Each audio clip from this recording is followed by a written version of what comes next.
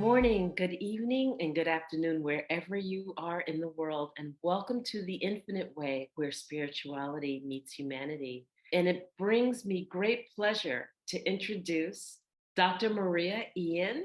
This is her second visit with us, but to know this woman is to know intelligence, knowledge, and wisdom. Dr. Maria Ian breaks down the topic of death, and we are going to engage in this topic in its intricacies.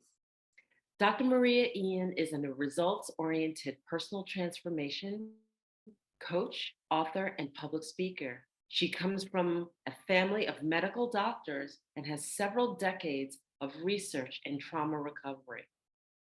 In her legal career as a project manager for legal service providers for 15 years, she counseled on human rights, immigration, and national security. As an author, she focuses on medical sciences and legal and psychological thrillers. On her website, www.caveofthesun.com, you will often find her in full writing gear from the age of 2, as she is self-taught. Dr. Ian has a PhD in political sciences and a JD in law, 6 professional certifications in health and fitness, and 6 in TCM, and several in trauma counseling. Her research passion is the extraordinary, the miraculous connection between spirit and energy behind the science. Is that too abstract? No worries. We are all together on that path. Dr. Ian delights in the opportunity to provide a guiding light, and we welcome her today on The Infinite Way. Welcome, Dr. Maria Ian. Thank you, Enolia. It's a pleasure to be here. It's such a pleasure to have you, and such a pleasure to have you back to speak with us about the role and the understanding of death. Death has many, many dimensions, and we're here to talk about that in certain ways. So, how would you introduce what death is and how you perceive it? Okay, well, let's start by a very fascinating fact about medicine, which is we've got, again, East and West, right? And even though the two today at a very high level, they may interact, there may be some commonly minded research, still they are really practiced in a very different and separate ways, right? Okay. So when we look at the stuff we are made of, right, like what we are as human beings, the Western perception of medicine, contemporary medicine focuses on anatomy, right? So we've got a humongous number of bones in our bodies, right? I mean, the number of bones we have is that you learn in like first year medical school, where you have to memorize anatomy, is, I mean, a humongous number. And they're sort of like nails that are hammering us to this world, right? They make us into what we are. They weight us down, right? And then we've got our organs, right? And the organs can become diseased. So if we are unwell, then we should attack those organs with chemical medical cures. And what we do in that process is we take ourselves out, because health does not rest within individual organs. Health is the harmony of our body's energy network, right? So according to contemporary Western medicine, we are packed with nails that hammer us tightly into this world. And beside that, we can be pretty dead, because when our organs get diseased, we got to attack those organs with so-called cures that, usually just make things worse rather than better. Because again, the health does not rest with the health of individual organs, it rests with the harmony of our body's energy network. Now, we said last time when we spoke that according to contemporary quantum physics, we are precisely not our bones and our organs. We are not even ourselves. We are our self-identification. Because if you were to ask your cell, what is it? What are you? Your cell will not tell you, I'm a liver cell, or I am a brain cell, or I'm a kidney cell. The first thing your cell will tell you, from the way it's made up, from the energy currents that create and maintain us, it will tell you, I am self, right? So from there, now we've got quantum physics, which is also contemporary Western, and we got the more, basic, vulgar, well-known Western conception of medicine that looks at us as a heap of bones and as, organs, right? And flesh and muscles and all that, very visual stuff. But now in comes contemporary quantum physics, which creates a significant bridge with Eastern medicine that has been around for thousands of years, right? According to which they sort of both appear to agree that our body, mind, and spirit are connected to a higher dimension, right? Now, you have within yourself the ability to alter your consciousness and to heal yourself.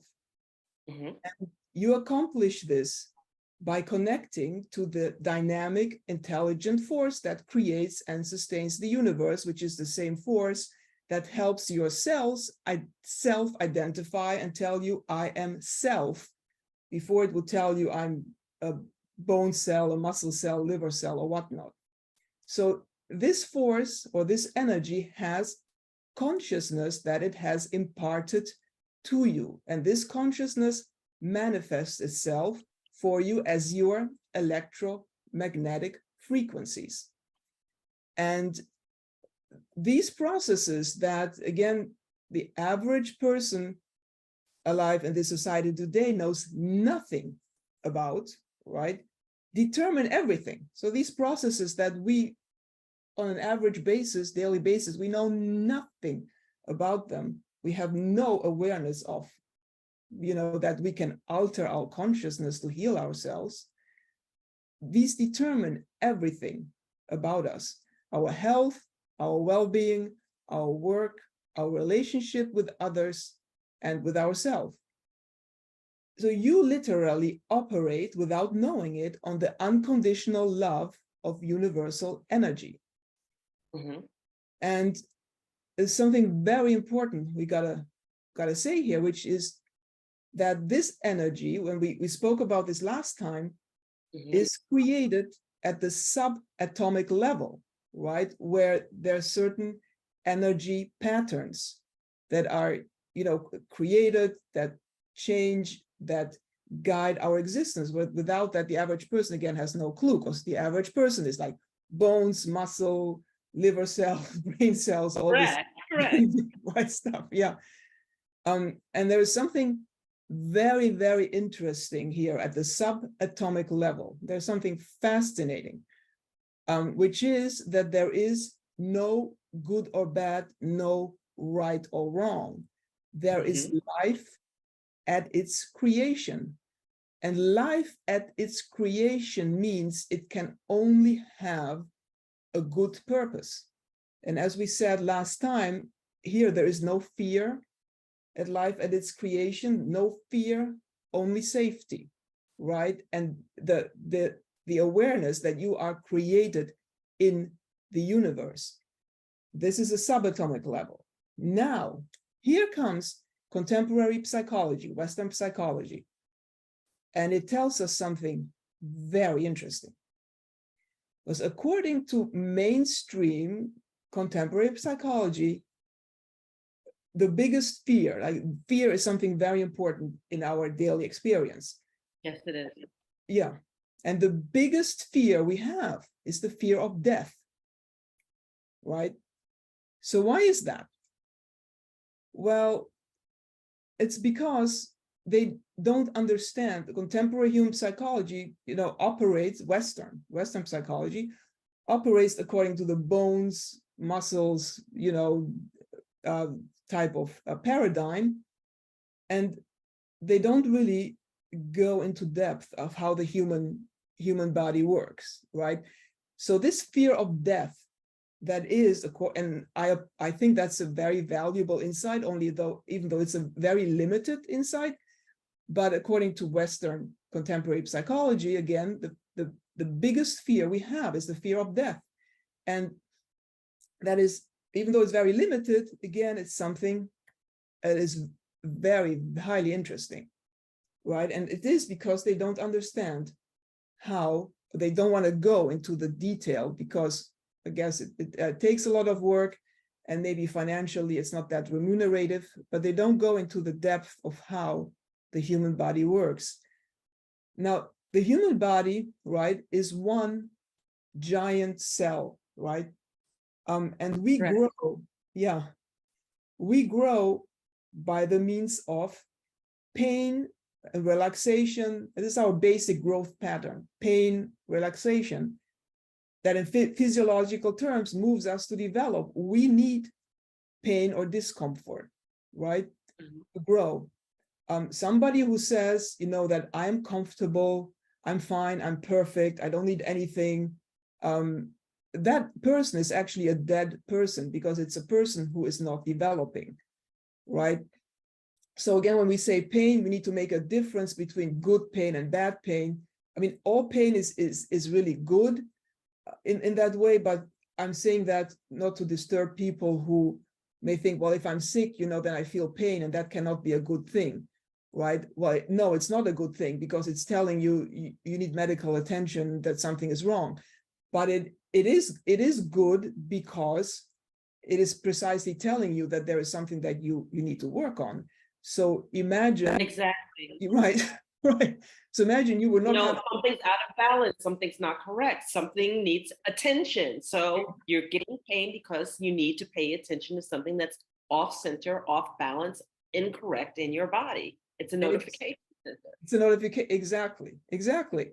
And so that's the pain that you maybe not like to be associated with, but even discomfort, right, is painful, like being in a social situation where you feel uncomfortable, having to do a new task that you don't like doing, all these things that are having to do public speaking, having to admit psychologically, having to admit to yourself that you've made a mistake, all these things that are uncomfortable, that are painful, are very good things, because those are the things that make us grow, right? So if you wouldn't have that, if you would feel, oh, I'm just perfect, right, then there would be you would have a big problem. So the reason I'm mentioning this pain and relaxation, because we cannot be in pain constantly. We cannot be constantly in discomfort. We need to right. It goes in waves, right? Is because at the end of our life, right? So let's say again, according to contemporary quantum physics, what is life, right? It's a process of the universe that creates us. At the subatomic level, we follow certain patterns, which we can discover if we want to work with our subconscious, but again, that's not, many people maybe are not willing or interested to do that, because it takes a lot of work and introspection. But when we are created in the universe, we are, created as an intelligence within those energy patterns. Then we pass through our mother. Our mother is the gate to this world, right? We pass into this world on certain patterns that we were given, and we stay in this body until we have fulfilled our mission, our purpose, right? Right. And some people who are more enlightened, they want to find out what their purpose is. They work towards that. They want to improve humanity. Others, they just go in the automaton mode. They just do, they just, go through their daily lives because they have to, right? And then that's it. But at the end of our life, our cells, they stop this growing and shut down, right? Now, why do they do that? Important question. Because the mission that we've been sent here to accomplish to fulfill has been more or less accomplished, right? We have done what we were set out, and I don't like to use the word destined. I'm looking for a better word than destined. What the purpose was, what the way, Purpose. yeah, the way of the universe. We walked our way in this world, right? Mhm. Yeah. So our cells, again, that are in communication with the intelligence of the universe, they know this because they get that message and they stop growing, they shut down, right? Now, people who don't understand, the energetic frequencies, the subatomic patterns that we operate on, such people, they are caught in the body as a prison, right? And the bars are the bones, that hammer us in place in this world. So that's their perspective, right? They don't look at it as a way that we got to walk to accomplish a purpose. They look at it, they're caught in the body as a prison, and the bars are like the bones that hammer us in place, and that's what it is. And there's a lot of misery and suffering and all of that. So from within this prison, right, what they see when the cells shut down is the end, right? Because it's like all this, it is the end. It's done. There's nothing else to do on this way. It's completed. It's finished. And that I'm not saying this to judge anybody. It can happen. I mean, I've been blessed in a way. I've witnessed several people die in their early 90s, and some of these people were very enlightened. And if you don't focus, if you don't operate from your higher sense of awareness, anybody's going to say, okay, I'm in this prison and it's coming to an end. It is an end. That's it. Finished. Finito. There's nothing else, right? But remember that we are at all times and always beings of energy. Right. And that energy will proceed no matter what. It will continue. That energy cannot be stopped. There's no matter what. Yeah.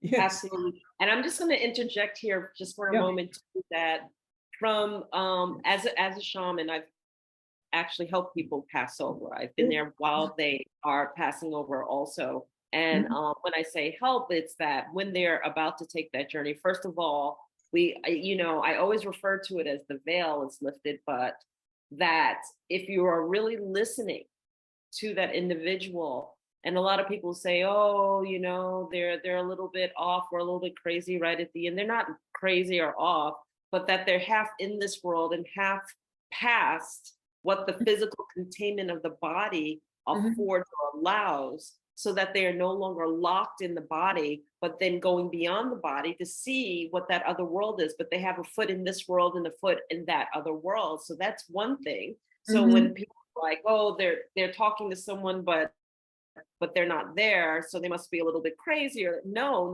What you're not acknowledging is that they see both sides of the world. There's the one that you're calling it a prison, but the body locks you into, and the one that's beyond the body.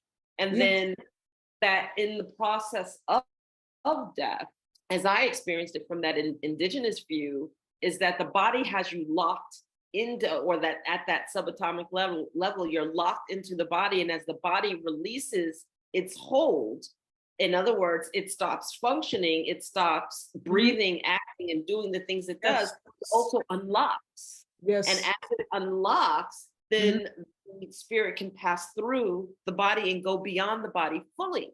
Yes. That it's interesting because I never looked at it the way that you're describing it, because in a sense it is, the body is a prison that holds us in. It just basically says, I have a hold of you at the subatomic level. I'm not going to let you go until I stop functioning. Yes. So we see it a lot in the same way. So I just wanted to kind of interject that. No, that's great. I mean, I agree entirely. Yeah. Yes, exactly. So when when the body, shuts down because it has accomplished its mission, and you said about people being perceived as being a little crazy, or like they're not there, right? And I was just going to go there and say why that is, because the spirit again is always going to move, right? So what I experience, and that's because of the personalities of the people involved, like a couple of them were very passionate in this life, like they lived their life with a lot of passion, right? And then others were very contemplative and calm and like very peaceful kind of personalities. So for the passionate ones, they're going to get frenzied panic, right? Because they see their grave, right? They know it's over. They know it's finished. But their spirit that's pulling them ahead is telling them, you cannot fit into that grave because it's too small.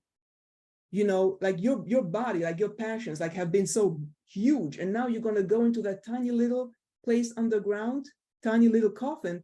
And that's why they panic. They say, I don't fit in there. Like my aunt, she just passed away a month and a half ago. She was, I think 93 or 94, like 10 days or so before she passed away.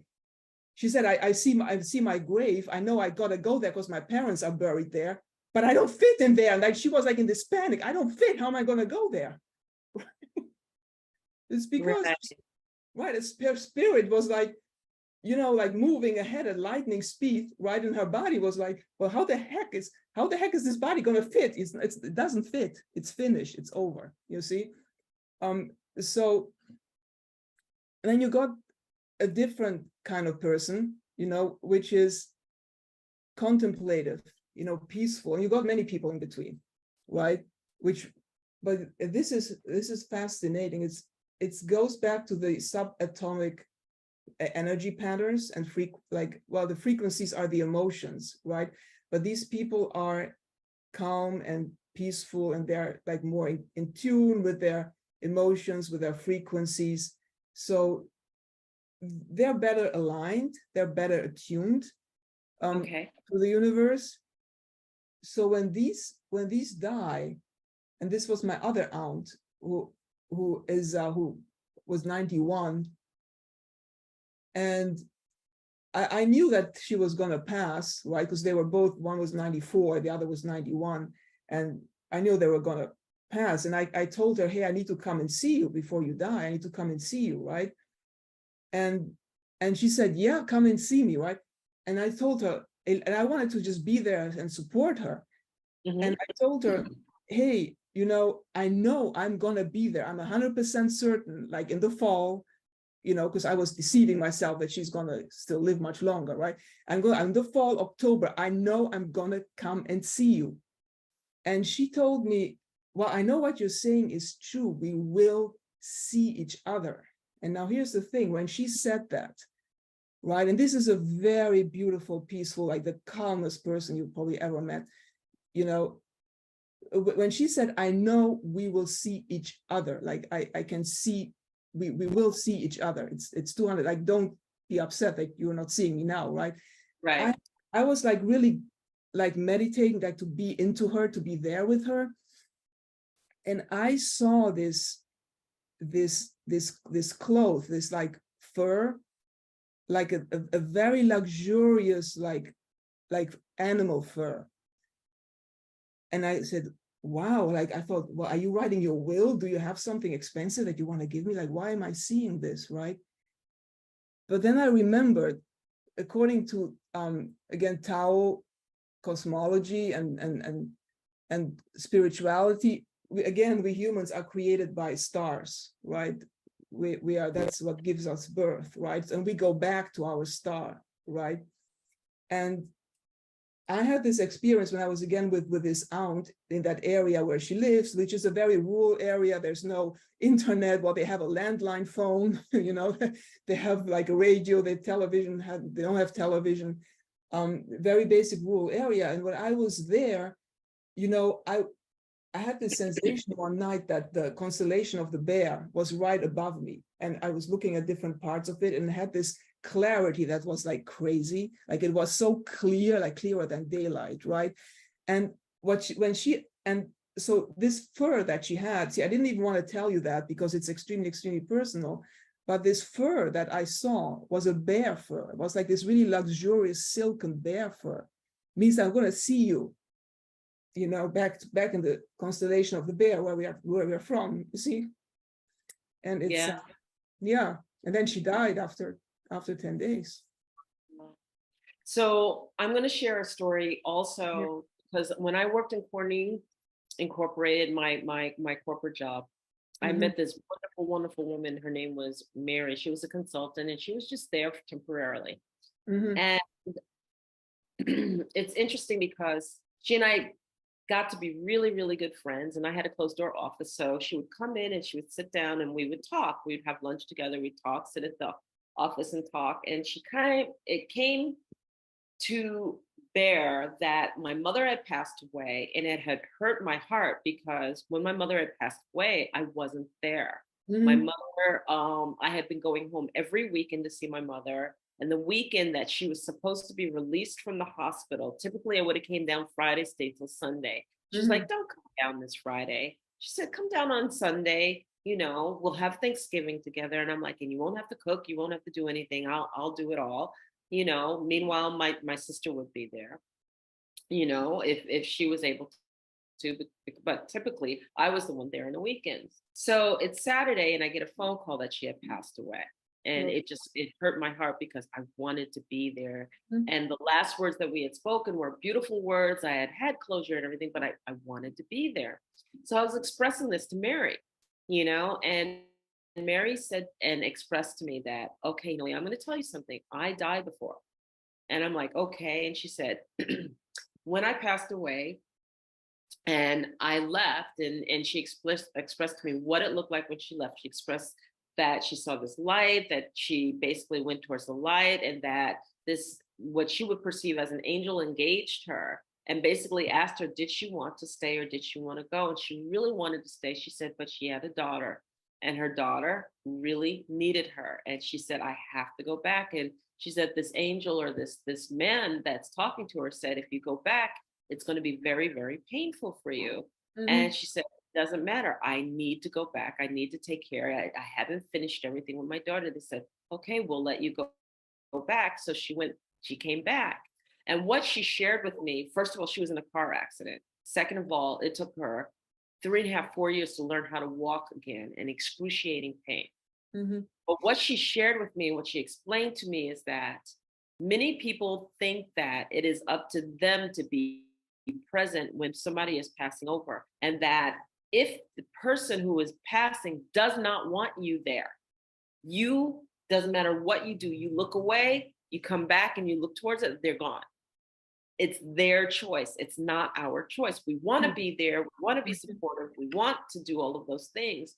She said, but some of us, and she explained it like this, some of us, we are strong and we are able to watch you as we go, and we understand you want to be there because it hurts us also to leave you there, Mhm. leave you in this human existence. But that some of us, it's too painful for us to watch you as we go. And Mhm. so we won't watch you as we go, and it's our choice, and we can slip away while you just go get that cup of coffee, turn your head, or whatever the case is. And so she helped me to understand that even if I had been there, if my mother did not want me there, and apparently she didn't want me there, but if she Yeah. had wanted me there, it didn't matter how much I held her hand. As soon as I went to the bathroom, as soon as I did anything, she would have slipped away. She said, "So you have to understand it's our choice. It's not your choice. It's Yeah. our choice of whether Yes. we choose to go or not." Yeah. And I found that powerful. It gave me peace. Yes. It gave me Well, tremendous amount of peace. yes. Well, it's just it goes to show you how we as humans, how we are locked into, because we were programmed by society. We were raised in this, I mean, not raised, we lived in this Western contemporary medicine of very material physical body explanations of our conditions, you know, and as we spoke before we started this call, like when this other reality that is the true reality, and quantum physics agrees with this 200%, there isn't even any question, right? It's been proven exhaustively, and before that it was proven by traditional Chinese medicine for thousands of years, right? When that other reality breaks in, you know, when she told me, well, I'm going to see you, but it will be back in the star where we are from. That's what she said to me. My mind was like thinking about material things, like why am I seeing, like, does she want to give me, like she's writing her will, she wants to give this to me, like, you know, like, because you don't tune, like, it's, you know, we have to train ourselves to, you know, tune ourselves into the truth of what we are, so we don't cling to, you know, material things when that is really not the question. And exactly, but that's the message. The message was, you know, there is no reason for you to be there, because we are going to see each other on the star where we're from. And that is a 200% certainty, you know, like whatever is here, you're not going to see me here, right? And she had reasons for that, you know, that's a very true insight. Yeah. So talk to us a little bit about the journey beyond and the dimensions beyond when we're in death. If what quantum physics says and what we see. So I believe that we're from stars. I believe that we had a language and a being and a complete existence in that star. Yes, ma'am. Exactly. You know, people talk about like language of light and speaking in tongues. One thing is, I don't believe that language of light and speaking in tongues are one and the same. I'm just going to make that clarity right there for me. You know, others may believe that. I don't perceive that. Speaking in tongues, people will say they got the Holy Ghost and they're speaking through the religious manifestation. No, religion has nothing to do with this. Connection. No. But language of light to me is the fact that we are energy, we have light code, we are sacred geometry, and have a language that we communicate through. Yes. All those aspects. And as that language comes through, you know, it's like pure love, it's pure light, it's how we communicated when we were in that other dimension. And some of us remember it as we are here. Yes, that's very, very accurate. And I was exactly going to say that next. Yes. Because, and that goes back a little to the ancestral healing. Okay. I had that experience with my grandmother, who is a very important person for me, because she was born in before World War I, at a time where many of these barriers, like, you know, borders, ethnicities, races, jobs, stuff like that, they were not as divided. Things were much more fluid, much more congruent, you know. Yes. And when I did my healing, my self-healing, when I fell ill years ago, the way that I saved myself is I went into her being, because once she raised me, and two, she had a very, very healthy diet and a very simple and affordable diet. So I went back into her being that's inside me and just adopted that diet, you know, and that's how I was able to heal myself. So when she passed at the age of 99. She passed a week before she turned 100. She would have turned 100. And she was one of these very passionate people, right? She was not contemplating, not conscious, she was just very passionate. And she used to yell at it'd be like, am I dead? Am I still alive? Like, what the heck am I doing here? And people told, okay, you've lived through 2 world wars, your daughter died before you, you've raised your children, you've raised your children's children, like you've done really anything that you could do. Would you please die? It's getting too much, you know, like you're still yelling, you know, and please just go home. We cannot take care of you any longer. It's too much, right? And she was very upset at that. And she said, no, I want to go out for a walk. And she was on the like 2nd or 3rd floor living in a building. She said, no, I want to go out for a walk. And everybody was just, no, we're not taking you out for another walk, because you're just going to yell at people in the street if you're alive or not, right? And it's too much.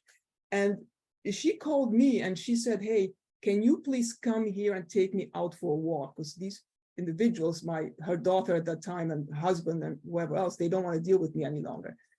And I, at that time, I was a graduate student. I was completing my PhD and I was working. And I said, and I didn't grasp that. I didn't grasp the importance of that. I said, no, I mean, I can't right now go on a plane and take you for a walk because it really wasn't feasible, right? And I know she wouldn't be upset, but that was her wish. She said, could you please come here and take me for a walk? Down the stairs, because nobody wants to go down the stairs with me. But the actual reason why I said no wasn't because I was so busy and because I could have taken the time off, but it's because I had a disagreement with her where her brothers had served in the Russian military before World War I, still as kids. And because one of them died and then her father died, she never wanted that to be known. So she had pictures of them and that she didn't want to publish anywhere, and she wanted to just never talk about it, and she wanted to spiritualize everything. And I said, no, these is your brothers, this is your father. At least you got to acknowledge that. You got to acknowledge that they died in the military. You got to acknowledge that this is what they looked like. You got to at least put their pictures somewhere up in your apartment, right? She was no, right? So I was sort of angry about that because I said, I can't deal with you yelling now at me again. I'm not gonna help. I'm not gonna, do that because you didn't want to do that for me, right? And then she passed. Then when I had this was then years later, when I fell ill, and then the only thing that I could really do to save myself, to heal myself, was to get into her being, right? To feel her in my genes, because that then gave me her diet. And that's a thing that until today, I still have her diet. That's the only way I can really eat, because everything else makes me sick still. I mean, she basically ate onions and grain all her life. And I got garlic and I got herbs, and that's the only thing I still eat, right? So that helped me then function again. And then one evening when I went for a walk, it was dark outside, right? And I have like steps outside of my front door going down, like about, to go out into the street. And suddenly she was next to me. I could see her, like it was her hair, because she had very white, big hair still, right? And she was next to me and she said, so can you walk down these stairs with me now, please? And I said, okay. Okay, and I said, well, what about your brothers? Why didn't you want to acknowledge their history and at least put their pictures in your pocket? And this panic, I don't know if you've ever been in that situation when people get attacked in a war, when there is like an advancing army and the civilian population is in the way, like this screaming panic, like, because death is coming, you're going to die, and this, you cannot escape. And she went in this screaming, she said, no, not them. It's the same panic, right? And suddenly she was like ahead of me, she was there like screaming, like, do not do that. I said, no, right? And I told her, well, I actually already put them on Twitter. I already put their pictures up there. So there's nothing you can do any longer. And she was there, what? She was there, what? And then the only thing I could tell her, I said, okay, could you please go home now? Because there's nothing left. There's nothing left. It's all finished. It's all completed. Would you please go home? And then she was just very nice and just dissolved, she just went back. And I had, this presence of her next to me, like, just, could you please just do this with me? Just go out with me.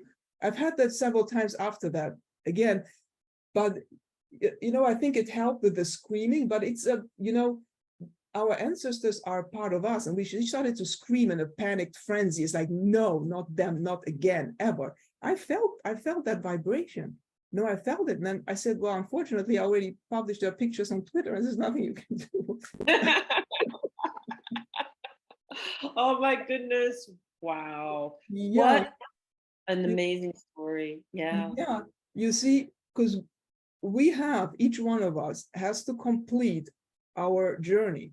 And we see, that's why we gotta have willpower. Willpower is very important. Like all this wishy-washy, crappy cultural liberalism where people are just kind of floating, that's like the worst thing you can do to humanity, because we can control our way. We can control, the control is very extreme. We can demand things from the universe.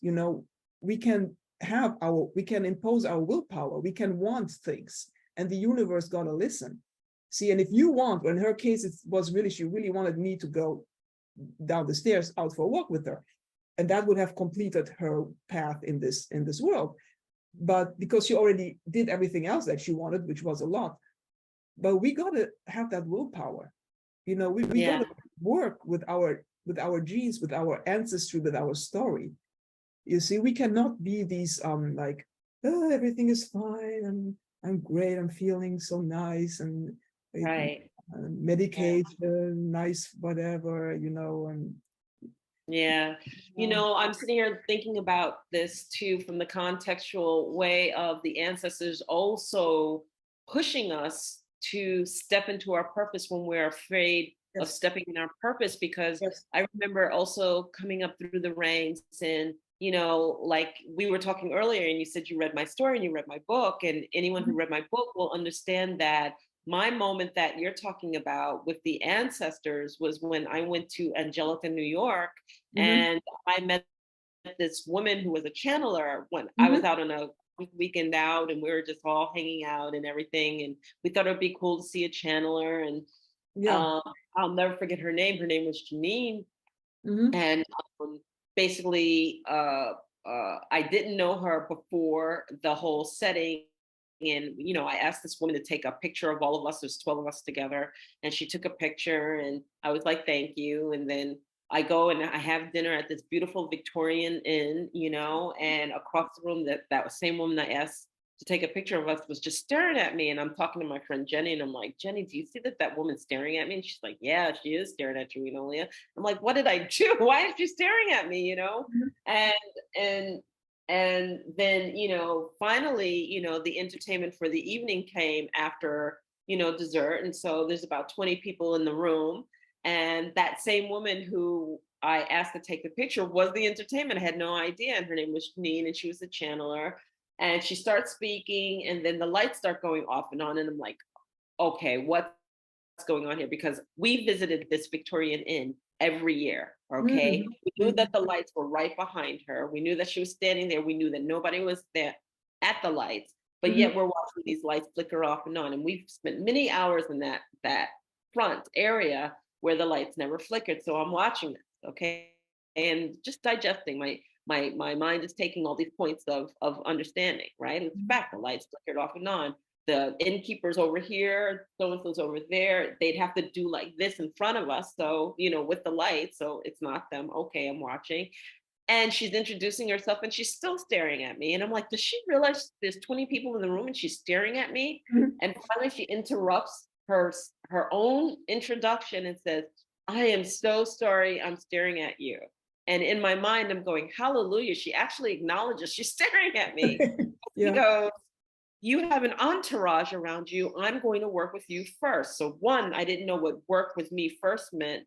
And two, I didn't know what entourage around me. Mm, And what mhm, I found was that she shared with me that my ancestors were all around me, and they were making such a fuss, and knew that she was open enough to understand that she could see in this world and that world mhm. very clearly. And they would not let her take, she's expressed to me that they would not let her take her eye off of me. They were hell bent on making sure that she got the Mhm. message to me.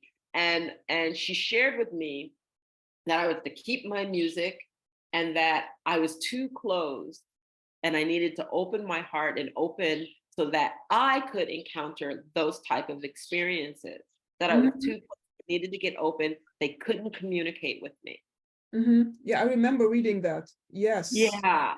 And when you're saying this, the other piece that I want to say is sometimes we're so worried about being in fear and letting the fear shut down Yes. anything that we would perceive on the other side. Yes. And And that's that actually just, normal. See, that's yeah, normal. Yeah, because we are made Yes. that And way. Yeah. if we just dropped the fear and opened our hearts and allowed the encounter and stopped being afraid of the encounter, that we would find that we would be getting the messages that we're looking for from those who have passed, that we want so desperately to speak to, Yeah. that we would find things aligning in the ways that we need them to align because they want to help us. They Yes. want us to succeed. They want us to fulfill our purpose. They want us to do the best that we can do in the lifetime while we're here. Another thing that I learned in that exchange also is that they see what they did wrong on this in this side of the world, Yes. You go. on the other side, and Yeah. that the apologies and the things that are so important to them are Mhm. are sent back to us to say, I was wrong. I didn't mean to say that to you when I was on the other side. Now I'm on this side and I see what I said wrong. Please accept my love and apologies because I just didn't realize how important it was until I got on the other side and I saw what I was doing wrong and how I was doing it wrong. That And I is think messages are extremely, so extraordinarily important. It's entirely true that my grandmother hiding like everything that happened, like not talking about that, was a huge like historical mistake. right, Because you right. may know today what's happening with the Ukraine, right? Where it's all on camera and it is all around the world. And people provide help and assistance, and people are enraged and they want to help. Now, the exact same thing and much worse happened in 1910, 1917. But if you don't ever talk about that, you can't expect Oh, anybody. And there were no cameras, I mean, there were some cameras, but there wasn't like phones where you could take a picture and look what's happening to us, please help. So if you keep all that within, you never talk about it. It's a very big mistake. Because today I get very angry. I say, okay, it's happening to them in the Ukraine and they're getting all this help. When it happened to us, nobody helped. Well, you were not willing to talk about it for 90 plus years, so don't be angry, absolutely. Yeah. um so mhm, people, and I guess I'm saying this to the audience for those who are afraid of their own gifts, because mm. we are energetic beings and that we have gifts, we have capabilities. A lot of us try to hide them, hide behind Yes, them, or hide them in their entirety and saying, no, no, no. And they want to deny it and that it doesn't exist. And it's there for a purpose. And if you're afraid, then reach out to somebody like yourself, myself, talk yes, about these things, yes, express these things, and then learn how not to be afraid of your own gifts because they're there for a reason and for a purpose. I want yes. to say so expressly. And it is a science. You are not weird. If you're experiencing, you are not weird. You're not crazy. You're not seeing things that seeing. You are having very genuine, authentic, and physiological, medically accurate experiences that are backed by quantum physics plus several thousands of years of traditional Chinese medicine. Right? That's right. That's Right. right. Right. And So, indigenous studies because they feel the same way. yes, exactly. In particular, yes, exactly. So please, if you are in that category, you listen to this. If you've had similar experiences, the meridian system is Mhm. the energy system that we work on, right? Like all the muscles, the bones, the organs are very secondary, right? Because even if you have perfectly functioning muscles, perfectly functioning bones, your organs are perfectly healthy. If your meridian system is not in harmony with the energy in the universe, you are not a healthy person. And I'm sure you've heard of super athletes who die at the age of 60 of a Yep. heart attack. That's why, right? Um, and many people, you may have had this experience, like you go for a walk maybe, right? And maybe you're angry, right? And all you see, or you're stressed, right? And all you see is like, you see the road in front of you, you see maybe the trees, right? You see maybe cars passing by, people, right? But then suddenly, maybe you see something else. You see like flowers on a lake for no reason. Maybe you see the sky opening up for no reason, right? And you say, wow, well, that's very different from like the asphalt road, from cars, from trees, from other people. But then it's gone. You see, and the reason you saw that is because that's the authentic self. That's what we as humans have to see 24 hours a day. But we don't live in the environment that has that education, right? Exactly. Right. Yes. That's why we're having these calls, is because we want to provide that education. So when you see it and it's gone, oh, that was just, I was crazy, or I did some meditating correct. No, that's not true. The reason you saw that is because that's you.